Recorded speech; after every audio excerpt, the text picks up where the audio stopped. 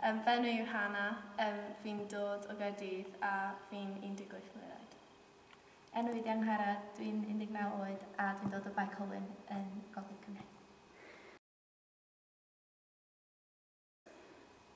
Dyma fy ail flwyddyn i yn rhan o National Youth Dance Wales. So oedd e'n proses eitha naturiol, I suppose, i fynd mewn i yr ail flwyddyn. Oedd e bach yn scary, o'n i ddim eisiau sy'n mwyn wneud e, ond fi'n rili fach gyda'r penderfyniad. Dyma blwyddyn cyntaf fi efo National Youth Dance Wales.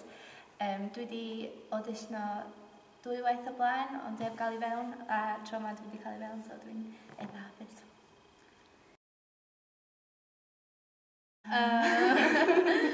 Wedi bod yn brysur. Blinedig. Brains just di mynd. Fi ddim yn gwybod lle dwi, fi ddim yn gwybod beth fi'n neud. Ond mae dal yn eitha positif. Dal yn positif. Ti dod i diwedd y dydd a da ni'n just yn dal. Dwi wedi mwynhau o. Do. Definitely mwynhau. Mae gwersi yn y bore yn mynd yn haws bob dydd. Yn teimlo'n hyn mynd yn gryfach bob dydd. Ond er bod ni'n gweithio cyhyra ni'n... er bod cyhyra ni'n really sore, mae bob dydd ddim yn mynd yn gryfach. Felly mae popeth ni'n neud bron yn teimlo'n haws bob dydd, ond mae'n rili anodd cael just stamina lan. Rili anodd. Bren fi sy'n lasod yn stitchio di ffwr. Mae coffi'n iawn ddo, dwi'n meddwl. Brain yn sore. Bach o bruises yn fama. Ouch. Dwi wedi mwynhau creative process o wneud pethau'n hynna.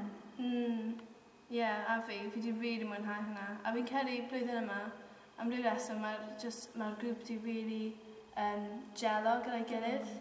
Mae pawb yn ffrindiau da, fel ni'n rhannu pethau gyda'n gilydd, a mae wedi rili gwneud gwahaniaeth i'r holl broses. Mae popeth yn teimlo'n... Dwi'n teimlo fel achos... yn hawdd ac yn dim tensiwn. Mae pawb yn gyrru mlaen yn dda. Achos dwi'n dod o'r Gogledd a Daisy hefyd. A da ni'n nabod neb, a mae pawb arall yn nabod ei gilydd, ond da ni'n teimlo fel da ni'n cael yn acceptio mewn i'r grŵp yn hawdd. So mae dda. Definitely profiad da.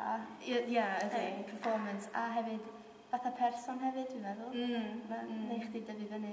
Bendan. Achos mae'n ail flwyddyn fi wedi bod yn y flwyddyn gyntaf. Fi wedi sort of gorfod... Oedd e'n flwyddyn rili anodd i fi i gael mewn iddo fe. Nawr bod e'n fy ail flwyddyn i, fi'n teimlo fel bob blwyddyn fi'n neud e, os fi'n cael mewn eto, byddai'n mynd yn well ac yn well, fel llynedd. A nawr, fel mae Errol wastad yn dweud, fi wedi mynd mlaen loads, fel fi wedi gwella siwt gymaint, fel person fi'n teimlo'n gryfach, mae corff fi'n teimlo'n gryfach, mae popeth yn loads well, so gobeithio. Blwyddyn nesaf. A fi'n teimlo fel fi'n gallu fel bron damser fel esiampl i bobl eraill, fel pa mor fel ffaint fi wedi newid a ffaint ydych chi fel trio amdano fe a trio eto. Na, dwi wedi dysgu lot a da ni ond mod yma wsos, so erbyn y diwedd wedi dysgu loads. Maen nhw'n laugh. Definitely laugh. Na, maen nhw'n neis. Maen edrych yn ôl ni dda. Ydyn, maen nhw'n edrych ar ôl ni. Mae gen nhw balans da edrych ar ôl ni, neu siw ni yn y gwely ar amser.